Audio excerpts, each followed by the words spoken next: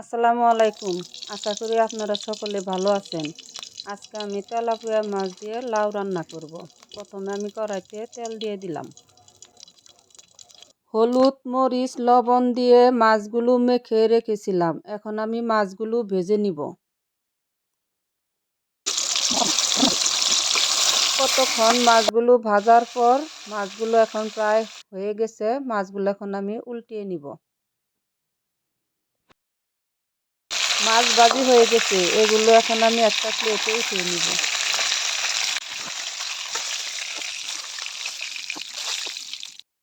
এরপর কড়াইতে পেঁয়াজ কুচি দিয়ে দিব। তারপর এগুলোকে কিছুক্ষণ নাড়াচাড়া দিয়ে দিব।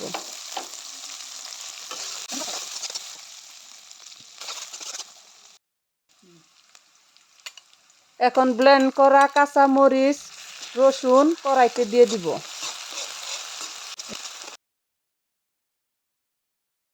এখন আমি কড়াইতে হলুদ গুঁড়া দিয়ে দিব, মরিচ গুঁড়া, ধনিয়ার গুঁড়া।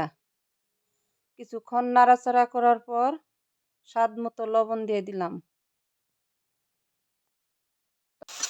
মশলাগুলো কষানোর পর কেটে রাখা লাউগুলো আমি দিয়ে দিব। কিছুক্ষণ নাড়াচাড়া করার পর ঢাকনা দিয়ে এখন ঢেকে দিব।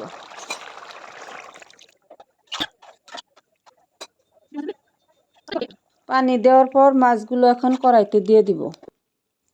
তরকারি হয়ে গেছে, এখন আমি নামিয়ে নিব।